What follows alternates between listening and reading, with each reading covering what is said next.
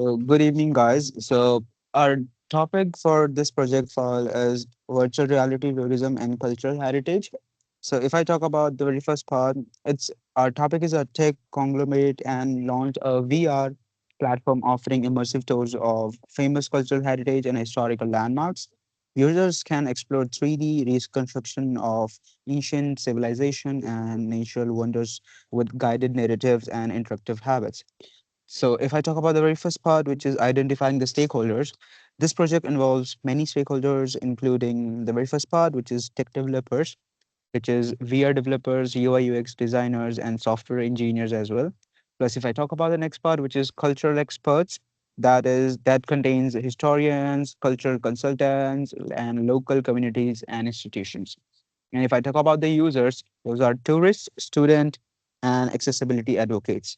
And if I talk about the organization roles, project manager, sponsor, government, regulation, marketing, and teams as well. Each group plays a vital role in the creation, distribution, and use of the platform. And if I talk about the identifying the stakeholder, which is the very first part, they has the key interest in these outcomes. The very first thing is the tech companies. They want platform success, positive ROI, and a good reputation. Very first thing. The if I talk about end users, they seek authentic education and engaging experience. And if I talk about the local communities, they are concerned about cultural accuracy and respect representation. If I talk about the educational institution, they want content to align with learning goal as well. Plus, if I talk about the governing bodies, they focus on legal, ethical, and privacy standards. And if I talk about the identifying the stake as well, so who concern matter most? The very first concern matter most is end user, their experience, driver, success or failure. If I talk about the cultural institution, they are vital for ensuring historical accuracy. If I talk about the local communities, they can be harmed by cultural appropriation or misrepresentation of it. If I propose option, it contains collaboration with local communities, add content to educational programs, offer multilingual and accessibility interfaces. Plus, they provide subscription-based virtual tour package. For the next part, I will like to call Kashyap. Thanks, Vipin. So, our next topic is identifying the ethical issues. So, first is could this decision be damaging to someone or some group? So, the answer is yes. This decision could negatively impact on local communities through cultural mispresentation. When heritage is inaccurately portrayed, it can harm local identity and pride. Second is cultural institution, which may lose authenticity and control over how their heritage is presented. End users, such as a tourist or student, who might receive misleading or incorrect information, and also smaller heritage sites like which are often excluded or overlooked, leading to underrepresentation and neglect. So next, we consider could this decision result in uneven benefit across individual or group? So again, the answer is yes. We can see that popular heritage sites tend to receive more attention and resources. Tech conglomerates often gain the most in terms of financial and brand benefits. Uh, on the other side, developed countries are more likely to have their sites featured and prompt.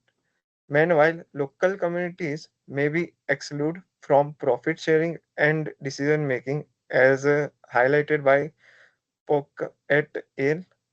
So, while the intention behind these decisions may be positive, the impact shows that ethical risks must be carefully considered and addressed. Next slide.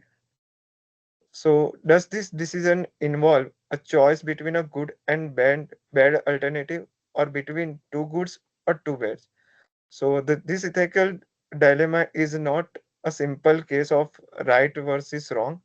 Instead, it involves choosing between two good options, both of which bring value but also come with the trade offs. On one side, we have the importance of cultural integrity, ensuring communities retain control over their heritage and preventing exploitation. On the other hand, there is the benefit of making cultural heritage more accessible and allowing global audience to engage with these sites, preserving them digitally and enhancing education. For the further presentation, I would like to call my teammate Anupraj. Thank you, Kashyap. Today I'll be presenting the current understanding and gaps related to our virtual reality platform designed to promote tourism and showcase cultural heritage.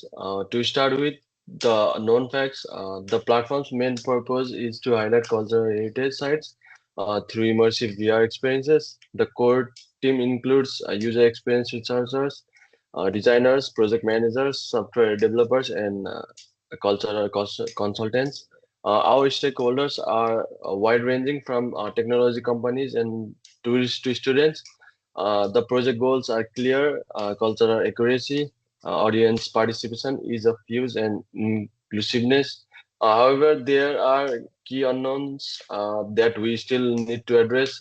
We don't yet know the exact cultural content being included or how it's selected. Next slide. Can we learn more? Yes, we can conduct interviews with stakeholders, analyze user feedback and data, review internal project documentation, and consult with community leaders and regulatory bodies. So, do we have information to move forward? Partially. While we know the core goals and roles, there are still important ethical, cultural, and technical risks to address. Input from users and local communities is essential before making any final decisions. So, for the next slide, I would like to call Karandeep. Okay, thank you, Anupraj. So for the next slide, we'll talk about the evaluation of alternative actions that we could take. So as we build this VR platform to share global cultural heritage, we must lead with responsibility and respect. From a right perspective, we must protect user data, secure informed consent, and honor the cultural and intellectual rights of the communities. The justice lens urges us to ensure affordable access, avoid deepening the digital divides that is already in the society, so that they can fairly share the benefits with those whose heritage we present. Looking through the common goods lens, we must include communities in the content creation and ensure culture is shared, not sold for all the humanity. Through the virtue lens, we choose to be sincere and respectful, valuing the truth over entertainment. The utilitarian view reminds us to maximize the benefits and minimize the harm, delivering value for education, empathy, and preservation. And for the care ethics, we commit to listening the vulnerable voices, staying transparent, and honoring cultural sensitivity at every step.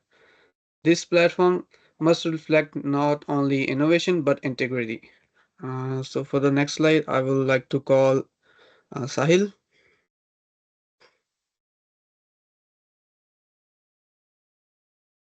Hi. After evaluating our ethical lenses, the best path forward is one that brings cultural consultants, content creators, and local communities together, ensuring the integrity and authenticity of cultural narratives. At the same time, data analysts and UX researchers will optimize the user experience, while platform designers create accessible and inclusive interfaces of all. If I were to be the public face of this decision, I would stand by it proudly because it protects cultural diversity, ensures fair and inclusive access, and balances corporate goals with ethical responsibilities. To implement with care, we must involve cultural consultants continuously, embrace diversity in user testing, and establish transparent feedback systems. We must also commit to ongoing monitoring and team training in cultural competency and complies with ethical and legal norms. This is not just a design choice, this is a commitment to respect, fairness, and responsibility for all stakeholders. And for the next part, I would like to call Lakshya.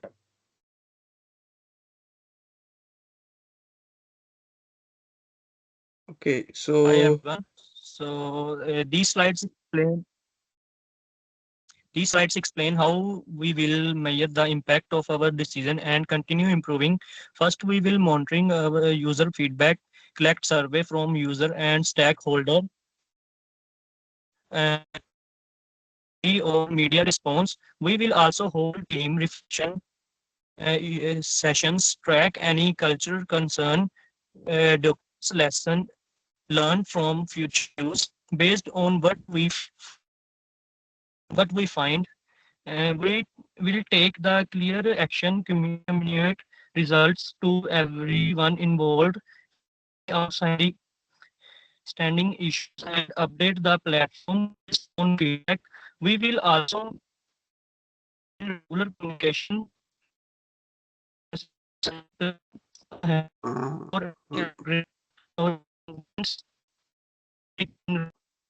Lakshay, your voice is not audible, so I will continue from here.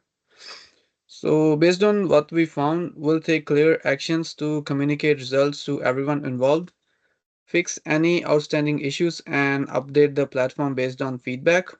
We'll also maintain the regular communication, run routine assessments, and plan ahead of any upgrades or improvements to keep everything running smoothly. So that's all for today.